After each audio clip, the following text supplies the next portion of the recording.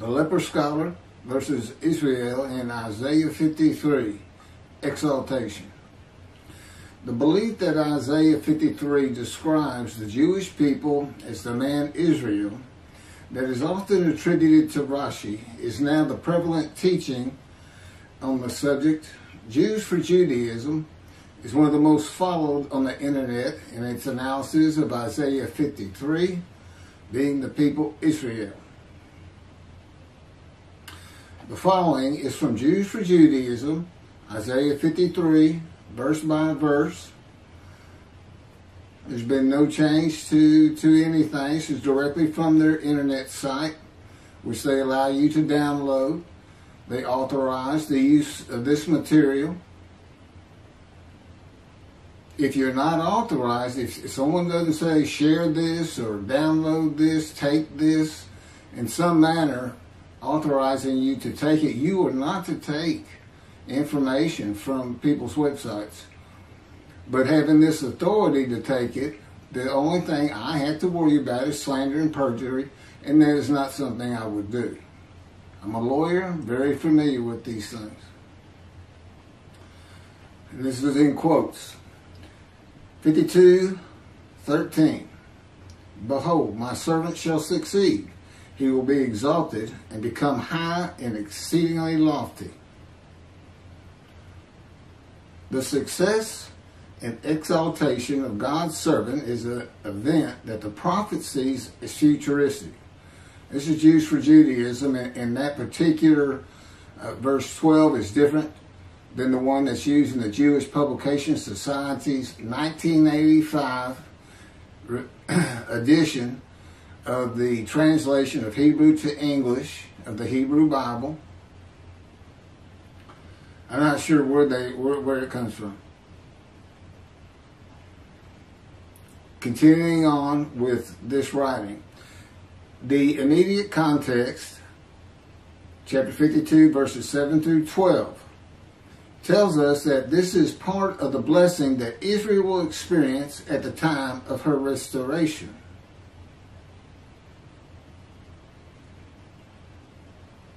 This is my commentary on that.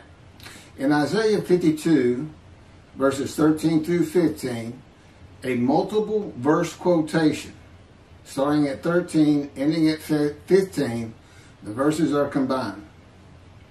The Lord begins to describe his righteous servant of chapter 53. Isaiah 52, 13 through 15 should have been verses 1 through 3 of chapter 53. My servant to be exalted and become high and exceedingly lofty is now the Gentile man God comes with from Edom, a Christian country, and of the Jewish people none are with him. It is not the exiles. It is the Gentile that becomes my righteous servant in Isaiah chapter 53, verse 11, after passing the test of devotion in Isaiah 53, verse 10, when he makes himself an offering for guilt in a covenant with God. The immediate context of Isaiah 52, verses 7 through 12 is poetry and an announcement of prophecy fulfilled in the return to Judah of all 13 tribes, a remnant of each tribe, who had been deported in exile to Assyria, Babylon at one time or another. My servant, exalted, was the Assyrian Babylonian exiles, and the victory, this is from verses 7 through 12, and the victory in sight of all the nations was the second temple. It was not a futuristic prophecy. The return included God's forgiveness of all of the sins and inequities of the Assyrian Babylon exiles. Jeremiah's time to come of the new covenant with sin forgiveness in the day of the Lord is for the Roman dispersal, the diaspora, which means outside of the promised land, outside of Israel. and is futuristic. The translation of Art Scroll and Shabbat of Isaiah 52 that Rashi comments on does not include the quotations that combine verses 13 through 15. The translation used by Jews for Judaism for its commentary also does not have the quotations. They are the only verse quotations of Isaiah 52 and a demarcation of the verses of the fulfillment of prophecy by the return of the remnant of the 13 tribes from exile.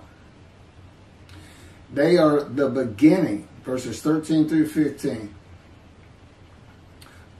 of the description of God's righteous servant of Isaiah 53 and had nothing to do with the exiles. Prophecy fulfilled. That's what chapter 52 is, and it ends in verse 12. God's servant has nothing to do with the exiles. God's servant. That's what he always calls them. My servant, my servant.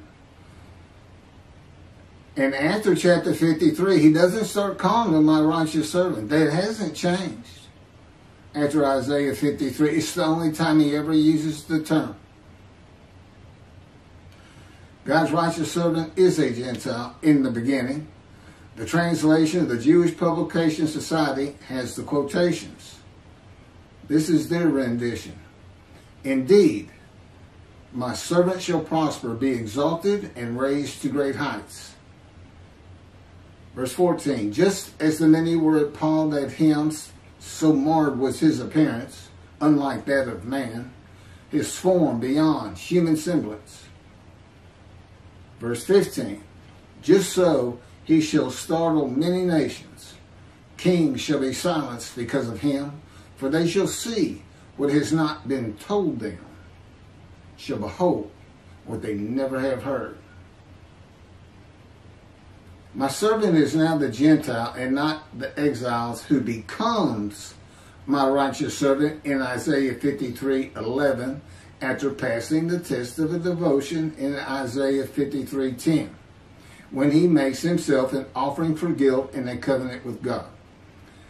Isaiah 53 then begins with a new multiple verse quotation that is missing the quotes from the translation of Art Scroll, Shabbat, and Jews for Judaism. But again, they are included in the translation of the Jewish Publication Society. And what's interesting about their rendition is they started from scratch. A complete new translation begun in 1955. Involved were Orthodox rabbi, conservative, and reform, along with specialists in linguistics, professors, scholars from universities. It would look 55, and it's went to print in 85. So some 30 years of working on this language, and they use the oldest Hebrew Bible that we have, around 1100, I think it is. It's called the Leningrad Codex, and they just took it out, started on the first page. Now all these other renditions are generally a translation that began with the Leningrad Codex, but went through several different translators, making different changes. And of course, when this was done, Hebrew had been adopted by the state of Israel, I would suppose in 1948 when Israel was created after the Holocaust. So they had a good background, you know. Here's how they read. Who can believe what we have heard? Upon whom has the arm of the Lord been revealed? For he has grown by his favor like a tree crown, like a tree trunk out of arid ground. He had no form or beauty, that we should look at him, no charm, that we should find him pleasing. He was despised, shunned by men, a man of suffering, familiar with disease, as one who hid his face from us. He was despised. We held him of no account. Yet it was our sickness that he was bearing, our suffering that he endured. We accounted him plagued, smitten, and afflicted by God. Verse 5, but he was wounded because of our sins, crushed because of our iniquities. He bore the chastisement that made us whole, and by his bruises we were healed. Verse 6, we all went astray like sheep, each going his own way, and the Lord visited upon him the guilt of all of us. Verse 10, God chose to crush him with disease that, if he would offer himself for guilt, he might receive long life and see his children. For a purpose of God that might prosper. And here they're saying the Lord visited upon him the guilt of all of us. In verse 10, God crushes him with cancer basically to make him offer himself for guilt. And he's exposed to death in verse 11 or 12. No, it's in verse 12. He's exposed to death. So this is a cancer. The Christian rendition says he's brought to grief by illness. Well, you know, if you're brought to grief and you're exposed to death, it's going to be something like cancer. The speaker is no longer God in verses 1 through 6. It's no longer God from the Isaiah 52 multiple verse quote, but is the witnesses of God's righteous servant of the Isaiah 53 multiple quote verse that follows. The witnesses, who are Jews, identify themselves as ones of the many made righteous by God's righteous servants, saying, it was our sickness that he was bearing, our suffering he endured. He was wounded because of our sins, crushed because of our iniquities. That's verse 5. He bore the chastisement that made us whole, and by his bruises we are healed. That's also verse 5. And the Lord visited upon him the guilt of us all. That's verse 6, and see offering for guilt in verse 10. That's just bringing out all these words of being punished. The quotes beginning at verse 1 and ending after verse 6 identify the speaker of verses 1 and 2 and 3 as also being witnesses made righteous by the righteous servant from the suffering he endured that they speak of. God's teaching is that no man bears the suffering of others. It is not even possible to bear the sins, wounds, chastisement, bruising, sickness, and suffering of others. No one or others can be healed or atoned for because another man or men suffer or are beaten or murdered or sacrificed. So what are these verses by the witnesses about? The sickness of the witnesses is not being righteous. That's what the whole story, it's not a song, it's what the story of Isaiah 53 is. You'll see that Jews for Judaism says these are kings of the nations of the Gentiles. You can think of them, since they're supposedly the leaders, that's the Gentiles he's talking about are the witnesses. This is about a man who God specifically crushes with disease, brings him down low to make him offer himself for the guilt, which is an emotion of the Jewish people that they feel for violating his laws, commandments, and rules. That's the sickness. It makes you sick to your stomach when you realize you're not doing well in God's ways. All the problems you have in your family, with your children, with your boss, everything, if you're sinful, if you're not following the commandments God gave you to live your life as in the best way possible in this harsh world. And he knows that. Those commandments are for us. They're not, it's just his way of saying, I understand the world's harsh. I have a purpose for it. It's perfect. It's exactly what I want.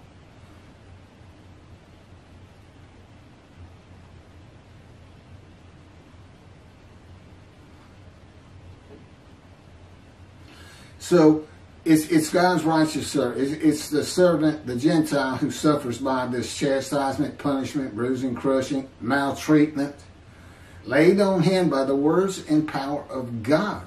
It's not the world that does this. It's not man. It wasn't the Romans. For Jews, for Judaism, it's not the way the Gentiles treated you and what you were put through with all the pogroms and the Holocaust, etc., etc. A purpose and by God's power to make him suitable for his purpose that might prosper. Now, this purpose that includes his righteous servant making the many righteous, well, that's the task of the righteous servant.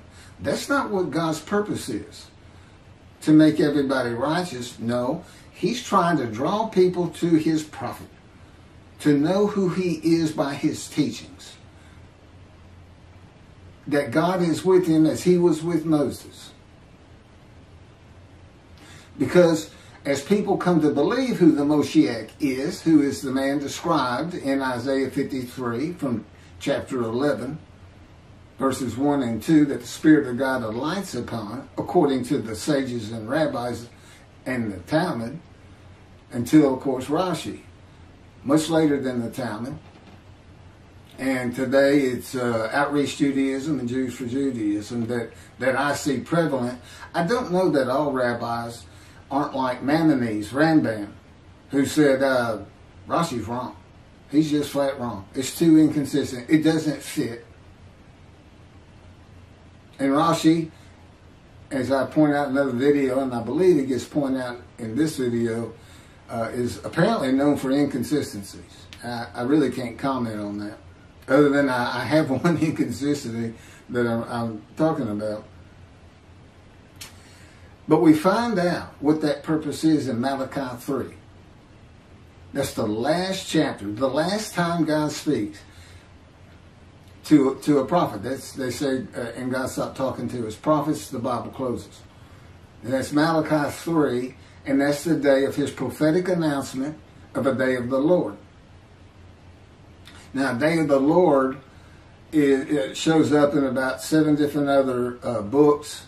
And it's generally thought of, and the Essenes of the Dead Sea Scrolls also thought this, and they were big followers of Isaiah, that the day of the Lord was a time when there would be a removal of evil and sinfulness in the world, and everybody would get along.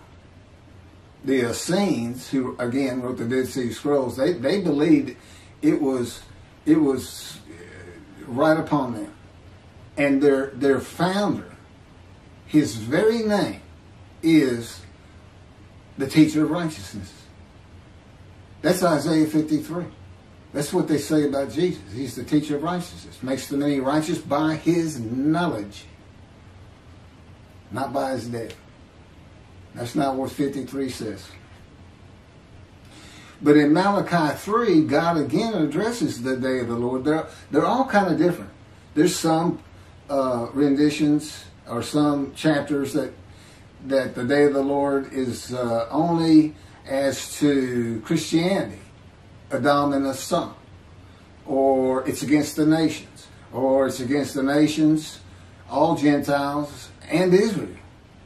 It just differs, but Malachi 3 gives us a complete new outlook, and it's God's final words on the subject. Again, the writings in antiquity were oftentimes just for those people. They look like prophecy, but they can't happen in the real world. If it can't happen in the real world, it's not prophecy. God has another purpose. It can be anything from uplifting those people in a harsh time who couldn't read, a society of ignorance, people basing their entire life and relationship with other people just on emotion. And you know how bad that can be if you act just on emotion without thinking. So, and for religious purposes, just creating religion and even knowing what the Gentiles were going to do with Christianity, God knows all things from beginning to end, causing some controversy, making it interesting for God. And of course, there is prophecies. There is prophecy that can happen in the real world. And that's what the day of the Lord is about. In the day of the Lord, and we know it's here, and I'll get to that in a moment. We know it's here. It's very simple. I've heard Jews for Judaism, Michael Skolback, say it's when we all stop sinning. God will come back. Or I guess he means as many as we can get that are possible. That's not in the scripture. There's nothing in the scripture that says when all of the Jewish people together as the man Israel, and they're supposed to be all together. That whole concept came at when they all gathered at Horeb and God made the covenant with them. That was 100% of the Jewish people, and they had to agree to a man to accept the teachings God gives Moses, and then to them, 100%, and you do exactly what he says. And of course, there's a lot of vagueness in a lot of these commandments. And the oral tradition started, like it says, you will celebrate Shabbat. Well, how? Those kind of things. And an oral tradition occurred. And then finally, it was decided we got to write all these down. There's everybody out there, all rabbis, anybody that knows stories, write them down. And that's what created the Talmud. God knew that's exactly what would happen by leaving his commandments and laws and rules and teachings so vague in many places. And he knew that they were going to associate Adam with Esau, and Esau is the brother of Jacob, who God renamed Israel. Eternal antagonists, almost enemies. And that's how this whole thing developed, that Adam was considered Rome, then Christian Rome.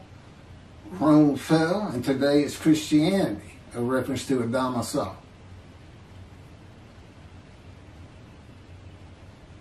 So we find out what the purpose is in Malachi, first verse. God says, I'm sending my messenger to clear the way before me. Meaning he already knows there's not going to be a temple. That one's going to have to be built. He already knows. Because he comes with a covenant of friendship that says, I'm going to place my sanctuary amongst you. He knows it's not there. He knew of the Roman dispersal. He knew Rome was going to destroy it. Isaiah writes sin forgiveness for the exiles of the northern kingdom, the southern kingdom that return, all 13 tribes. And Jeremiah writes for the return of the dispersal of Rome, the diaspora, and sin forgiveness is a part of it. The purpose of God is to return to his temple. He says, I'm sending him to clear my message, to clear the way before me, and I shall return to my temple suddenly, when it's rebuilt. But he has to come before that because he's got to get a man ready. He's got to have a Moses. He's got to have a representative. He's got a man who speaks his words, writes his words, and that he can speak through. They said Moses was his veritable mouthpiece on earth. And that man is described in Isaiah 53. That's what the description is for. Even the sages knew you had to have a description. They see chapter 11, a descendant of David is going to come. And they've only got one description. And they say, well, that sure doesn't look like King David, this man of suffering, familiar with disease that is shunned and despised. Accounted plagued and afflicted by God. That doesn't sound like him, but that's got to be him. And that's exactly what they had written. And that's what's in the Talmud. And that, of course, is what Rashi disagreed with. He said, no, I don't know that his reasoning behind it or anything. I haven't studied Rashi that much. I know he's a great scholar, dearly beloved, and thought of very highly. I've read everything he has on his commentary on 53 and several other chapters, like Malachi. But see, then I see that you can't just go with everything somebody says in antiquity, no matter how smart they are, because they only had so much knowledge. We're of the age of enlightenment, reason, knowledge, medicine, science, information, and now the internet. That's not so in antiquity. For instance, verse 1 concludes with, the angel of the covenant that you desire is already on the way. And that always perplexed me, but I finally, when God was having me type Isaiah 53 in the day of the Lord, I had 2 books that he dictated to me, unpublished. For some reason, Jewish publishers are shying away from it. Matter of fact, everybody's been shying away from it. But that's where God wrote in, shunned and despised. Accounted plague. It's like, we pray for Moshiach, but when he shows up, they shun him and despise him. And yes, they do. Yes, they do. That part's taken care of. A lot of it's taken care of. We'll get to that. So that's his purpose. Let's go to Jeremiah. See, a time is coming. He says it 3 times. One, see, a time is coming, and then there's several verses that follow, all the way to 31. See, a time is coming again. And then it skips some verses, and then the last verse is, see, a time is coming. Okay, here's basically what it says. See, a time is coming. The Jewish people return. Why? Because the land blooms again. From desolation and ruins. See chapter 61. Desolation and ruin. Well, Mark Twain went there in the late 1800s and said it's nothing but desolation. Nothing standing. Well, after 1948, if you go look at Israel today, it blooms again. That's how I sum up that whole paragraph. There's a lot of different, great scripture in it. Great verses. Now, the last verse, it says, see, the time is coming. Jerusalem shall be rebuilt. From here to there and there and here. Biblical markers. And there's no question it's almost impossible to identify them. But you can get enough to know that Jerusalem today is far, far larger and greater than Jerusalem of antiquity. It's a great metropolitan area now. So there it is. See, a time is coming. Land blooms again. See, a time is coming. The ruined cities are restored and Jerusalem is rebuilt. And that's simply the Jews have returned. God says, when y'all return, I'll come back. That's all it is. He doesn't say everybody's got to be sinless. He doesn't say everybody's got to perform a certain amount of mitzvahs or anything else. He says, I know, believe me, I know y'all. I know you like the back of my hand.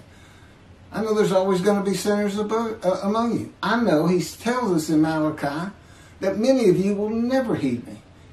And that's with the covenant of sin forgiveness at hand.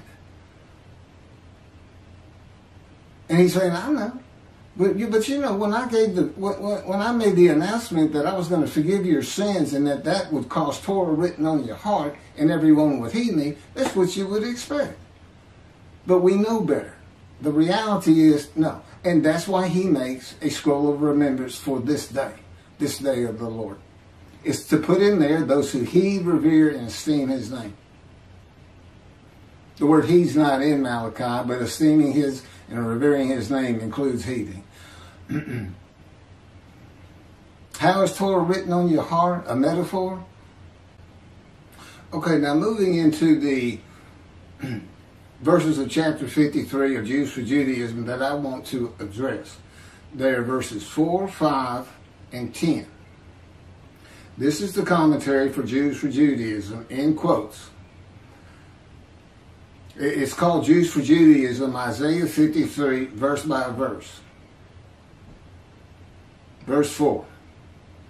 But in truth, it was our ills that he bore and our pains that he carried. But we had regarded him diseased, stricken by God, and afflicted. The kings now realized that their spiritual assessment of the servant was completely backward. During the time of the servant's lowliness, those who knew him believed that his constant affliction proves that he is spiritually deformed. Otherwise, why would this nation be singled out for God's wrath over any other? But now, this is all Jews for Judaism. But now, with the servant's exaltation, they realized that the servant was not more wicked than them, but more righteous. So the Gentile nations in the, I guess, end times, the time of the Messianic era when David comes, this time of great change in the world, their assessment of the servant is reversed because they come to a true understanding of God's plans. So 2 billion Christians, 2 billion Muslims are going to say, the Christians are going to say, well, there's no Jesus. What were we thinking? The Jews have been right all along. And all the Muslims doing the same thing regarding Allah. Allah means God, but it's a totally different God from the God of Israel. With the restoration of Israel and God's glory coming to dwell in the Jerusalem temple, the nations of the world will experience true sanctity and a real connection to God. Personally, I believe the nations aren't going to be happy at all with the Jewish people saying, our Moshiach is here and we're building a temple because God is with him. I don't think they're going to be real happy with the Jews. That may cause the ingathering that's always talked about and send plenty back to Jerusalem, as opposed to peace and harmony among all nations. That is part of the exaltation, the Messianic era. They will realize, this is the Gentiles still, or it's the kings, and as I said, they're Gentiles and they're the leaders. So when I read kings, I see Gentiles. And of course, as I have pointed out, that's not the witnesses. That's not who's talking in verse 4. That's not who's talking. It's the people who are made righteous. They're sick. And what's the story of 53 about? It's about a man who becomes the righteous servant of God. And these people are righteous. So what's their problem? They're sick because they're not righteous. What does God do? Well, we're going to find out, because the key to all that is Ezekiel. It's in there. He went through this. What happens in 53, this story, he goes through this wounding, this chastisement, punishment. Okay, it's not wounding. That's the only one that's left out. Bruising and crushing. And God tells us why he's doing it to him. It's to make him suitable for God's purpose. Ezekiel has a furious spirit. I'll get to all this. Or I've gotten to it in other videos. I don't know. God will take care of that. I don't have to worry about it. It'll all come out as it's supposed to. They will realize that many of their activities were actively preventing God's presence from being manifest in this world, even though they had considered many of these activities to be righteous and godly. So it's the Gentiles preventing God from coming. Really? Does anybody think they can keep God from coming? He made it clear in Jeremiah, when y'all return, when you fix my land back up, when you build me my house, I'll be there. And I'll come with the covenant of friendship. And I'm going to forgive all your sins. What is this everybody needs to be sinless? If everybody is practicing Judaism, going to Yom Kippur, and they're in right standing with God, why do they have to be sinless? The covenant, the new covenant says, I forgive your sins. That's what the covenant is. It's an addition to the first covenant with the Israelites. And there's an amendment to that in Malachi 3. The addition of sin forgiveness and the addition and the inclusion of an amendment with the affirmation by God of, you shall be my people and I shall be your God. Well, I mean, as long as you're mindful of the laws I gave Moses at Or. That's the first covenant. It's only new because it's being changed up a little bit. That's it. It's not new. God has always been the God of the Jewish people. It never ended, and he's starting it over with the new covenant. That's not what it is. But anyway, he comes back with sin forgiveness. That's not an issue.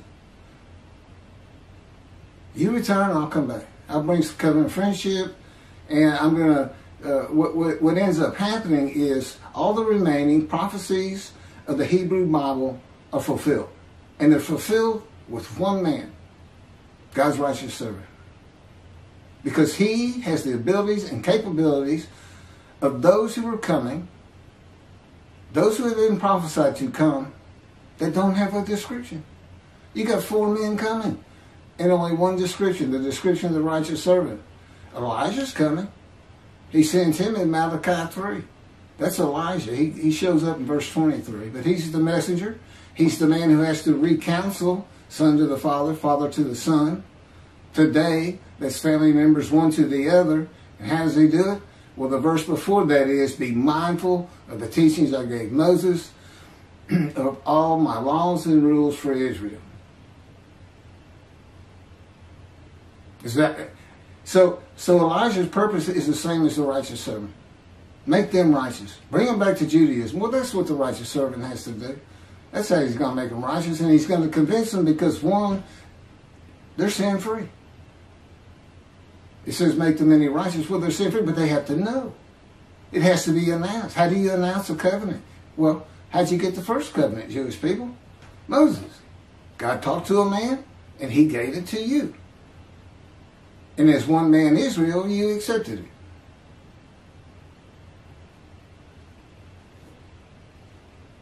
The Gentiles have not prevented God from doing anything. Neither have the Jews. They do what he wants when he wants. In order for God's presence to be revealed in this world, there needs to be obedience. This is Jews for Judaism still. There needs to be obedience and humility toward God. This obedience does not have to be perfect, because God doesn't demand from his creations that which they cannot deliver, but it needs to be accepting of God's sovereignty to the degree that humans are capable. Since all of mankind benefits from God's presence being manifested in this world, it would be appropriate that all of mankind participate in the work of preparing a resting place for God's presence. The way that this sanctuary for God would be prepared would necessitate the mankind purify its collective heart. Well, wouldn't that be interesting? Does Moshiach have to do that? How does he get mankind to purify its collective heart? In order to build this dwelling place for God, mankind would need to strive to achieve humility toward God and to accept God's sovereignty. So the entirety of humanity, from the Chinese to the Russians to the Australians, every single human being, although not perfectly, have to strive to achieve humility toward God. Good luck, Moshiach. That's what I would tell you. And I'm him. So, I'm the man about to say 53, and this is the 16th video by now. And this is the first time you've watched it. You need to go back and listen to the others. And the witnesses are the Jewish people. They're the witnesses who need to be made righteous. That's why they're sick. That's why they're in verses 1 through 6 in quotes.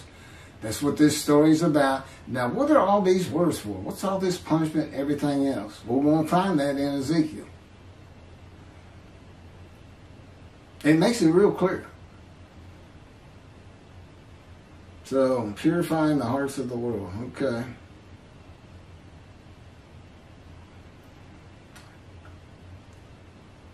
To purify the collective heart of his servant Israel, and his servant will then,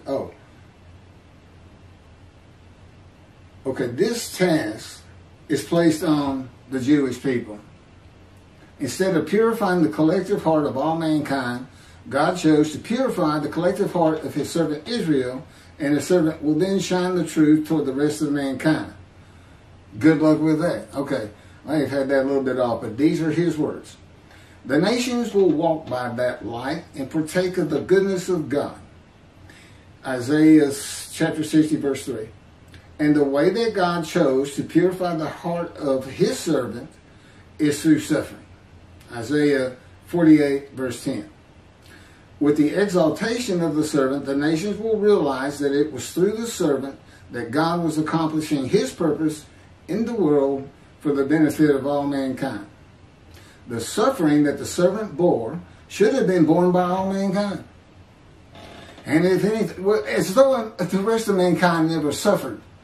Okay, the Jewish people have been through more heinous, cruel acts of violence and murder and being shunned and despised and thought of and accounted as afflicted by God.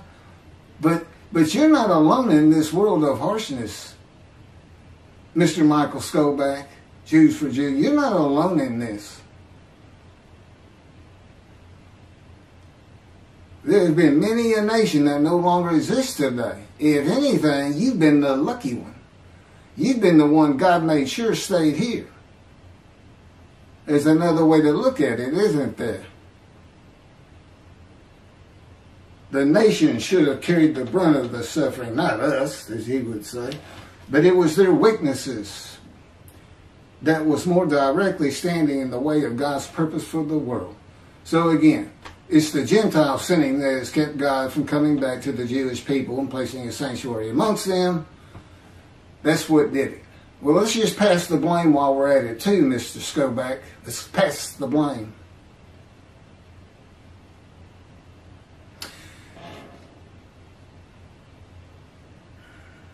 Isaiah 53, this is what it describes. This is what we're looking for. Put it all together. A man that God does not like. A sinner whose life is full of bad events, sickness, and suffering.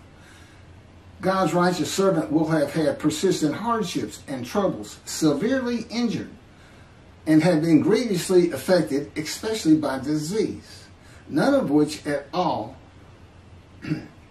of the Jewish people at one time. Again, they had to be gathered as one to be called the man Israel.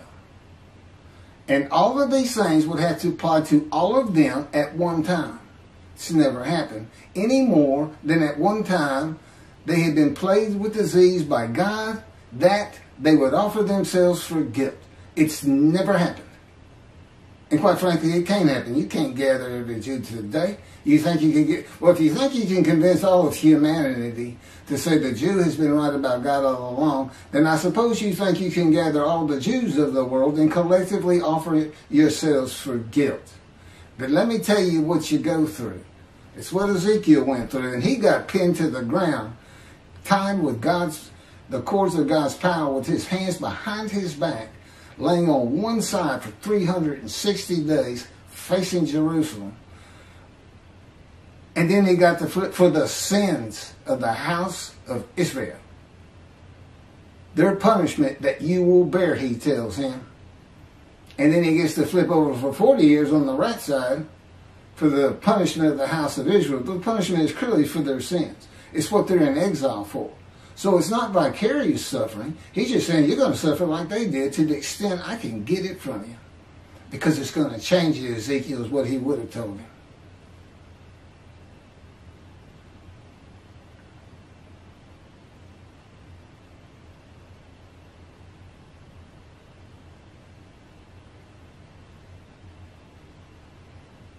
I'm trying to rush through so I can get through all this.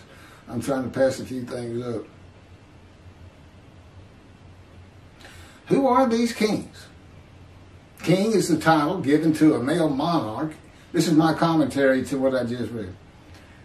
And I've already included some of it, so it'll go pretty quick. Is the title given to a male monarch in a variety of contexts. A monarch is a sovereign head of state in monarchy.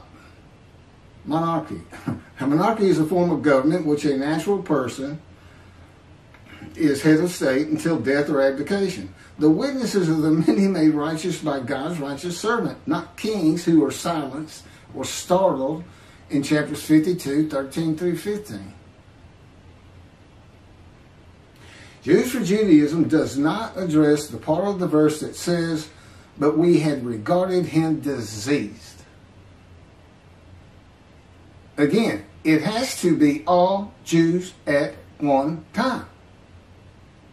When were the Jews, even by the Gentiles, regarded as disease? No, sure, you can be ugly and say nasty things and say, oh, the Jews is like the disease, what, but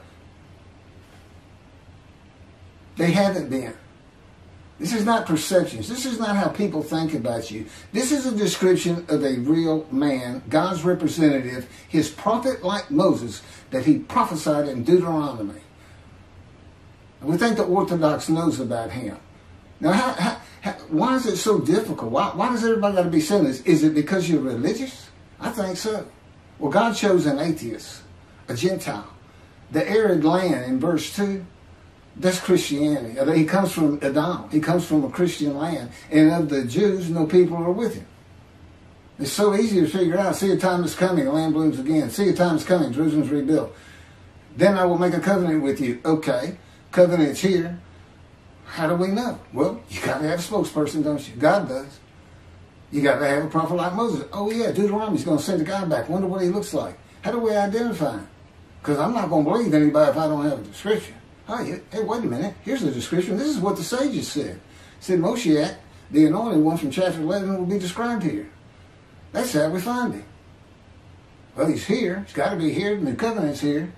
Let's find him. It's like y'all think he's going to come back, Jews for Judaism, outreach Judaism, I heard somebody asked Toby, God had me listen to it, on the radio, and somebody called in and said, how do we know Moshiach's here? Here's his answer. I'll throw up the window and look out, and Torah will be written on every heart. No, you go to Jeremiah. The land blooms again. I don't know how you look at everybody. You can see Torah written on the heart. I guess everybody's going to synagogue. But you return, I'll return. I'm going to put my sanctuary amongst you. Y'all sin forgiven. I know many of you that won't matter a bit. I'm writing a scroll of remembrance for that day. Bring Elijah. He's going to try. He's got the same purposes as the righteous servant.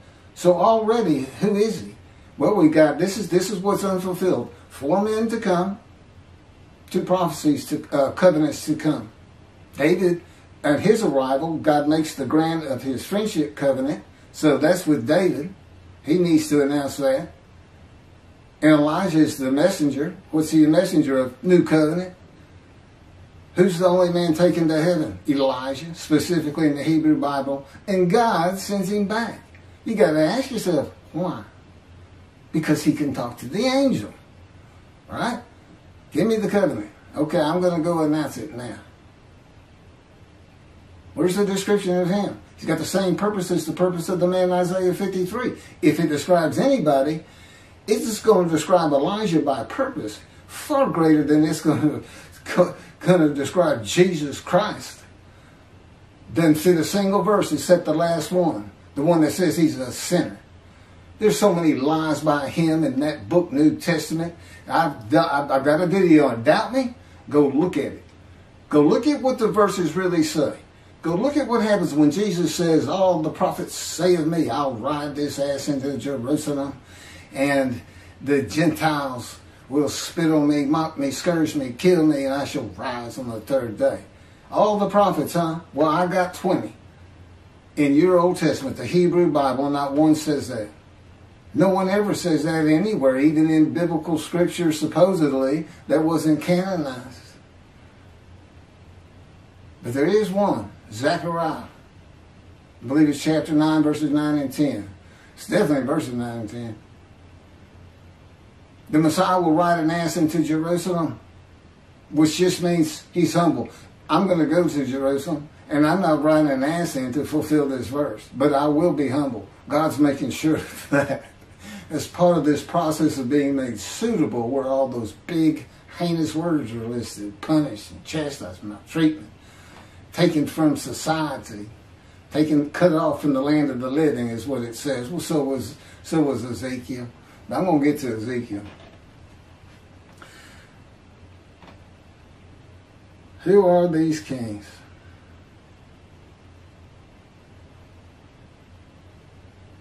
Okay, I've covered just about everything I need to cover.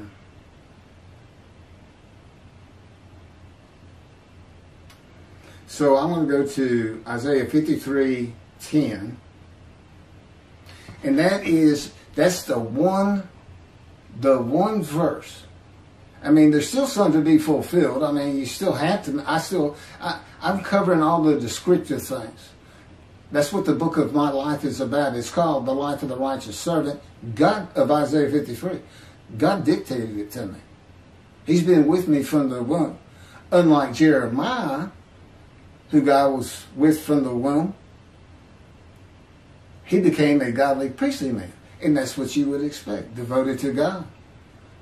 He came to me for a totally different reason. To make my life one of suffering, familiar with disease, to fit every verse of Isaiah 53. And he's very thorough. He's very thorough. Now, he didn't speak to me until I was 50 years old.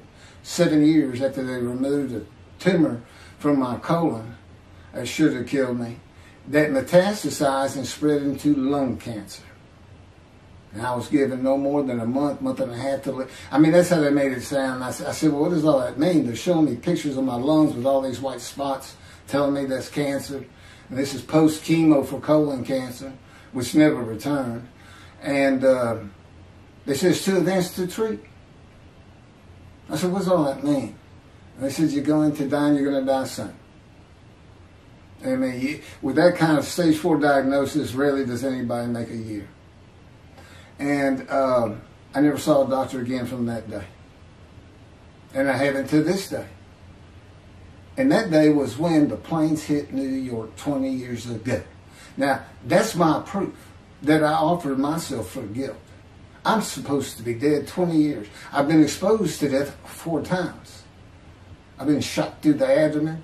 Just about had my right leg removed after impaling it on a Coke bottle when I was 10 or 12. I mean, and I've got some 15 surgical scars just from accident. It seemed like every 2 years I was getting stitched up somewhere for something. And God orchestrated the vast majority of it. And he showed me that by his words and in vision. We've gone back to some of these events and he said, see what happened? I said, didn't that make you feel bad? You've been with me from the womb and everything. He said, Keith, I'm God. Things don't bother me unless I let them bother me. Like Christians. I just put him, because he is a being in existence with emotions. That's his image in us. We are beings in existence with emotions. But God's emotions, he's been around forever. Billions upon billions and billions of years. You know, as you get older, you'll find, young people, you'll find that your emotions aren't near as volatile. You tend to think yourself your way out of things so you don't get banged up and this and that. You slowly, they don't affect you as much. That's why he loves the world and the story he created with the Jewish people. All the conflict. And then when he makes a heaven just for the Jews, they're the only people that are going there, not Christians, not Muslims. There's no 70 virgins in heaven. I've seen it. I've been there in visions so many times. I've been in the temple so many times because God would take me in visions in just about every chapter we studied to really make it sink in, to make me understand these things that I'm teaching. This is the teaching of the teacher of righteousness. And when David comes, God has a reckoning with the shepherds. That's the rabbis. And he dismisses them. Well, somebody's got to tell them what that means because apparently they don't know because they never talk about it. They never talk about the day of the Lord. Their Messianic era doesn't have a day of the Lord. They never apparently received the new covenant. Or they say we get the covenant, but who are you getting it from? Oh, Moshiach. No, you're getting it from Elijah. Boy, wasn't he given short shift. Here's Rambam. Well, we don't know if Elijah, he comes before David or after what?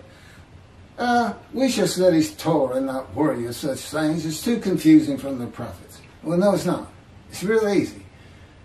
Return from a land after the land's been desolate, make it bloom. God comes back, puts a sanctuary there.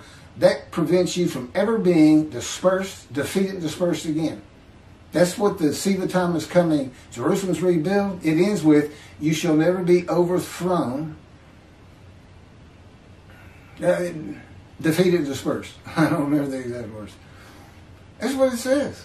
But now what happens if you don't build that temple? Which means Elijah couldn't convince anybody. If Elijah's not successful, and it's pointed towards recounseling the sons to the Father, bringing the families back to Judaism, or to Judaism.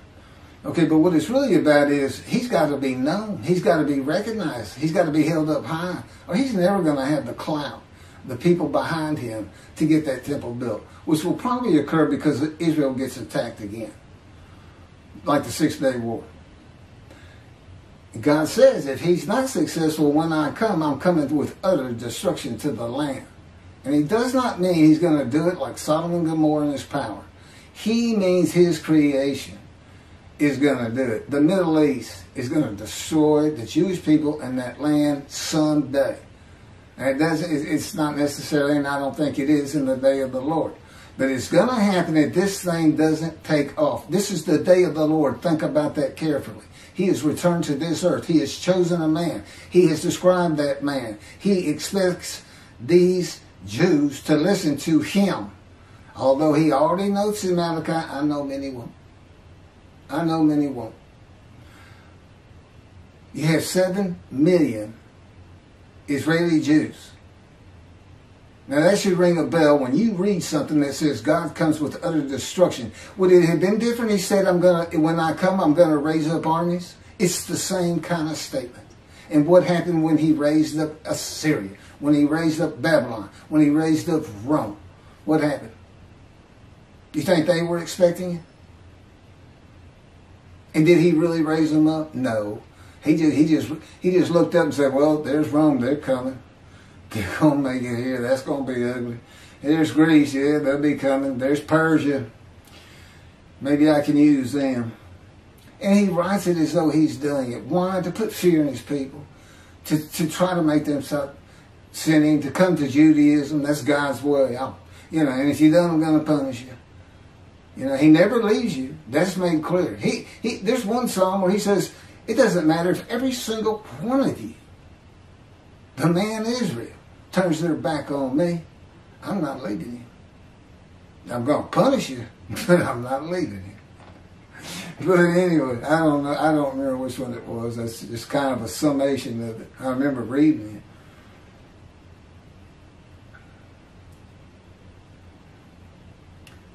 Isaiah 53:10. He doesn't really address it. He says it has to do with how the kings look at the Jews. And it's not addressed how God crushed them with disease, afflicted them with sickness, afflicted them with disease. With me, he not only afflicted me with disease, he disfigured me. He said, I touched you in the womb. That's why you don't have a right breast and you have a short shoulder and a withered arm. He said, that's just to be part of 53. The cancer you got, you know what that's for? It's not to make you offer yourself for guilt. I didn't crush Ezekiel. We just seized him. Jesus said, the Spirit seized me. A spirit lit upon me and entered me, and I could hear God speak. Couldn't hear him speak before the Spirit entered him in that verse. Okay, that's because God's in his angel. There's a video on that. That's something the Jewish people don't know about. I have a wealth of knowledge the Jews don't know, and they shun and despise me. I send emails. God had me send emails to Tobias Singer. You want to argue about Isaiah 53? Let's go. Nothing.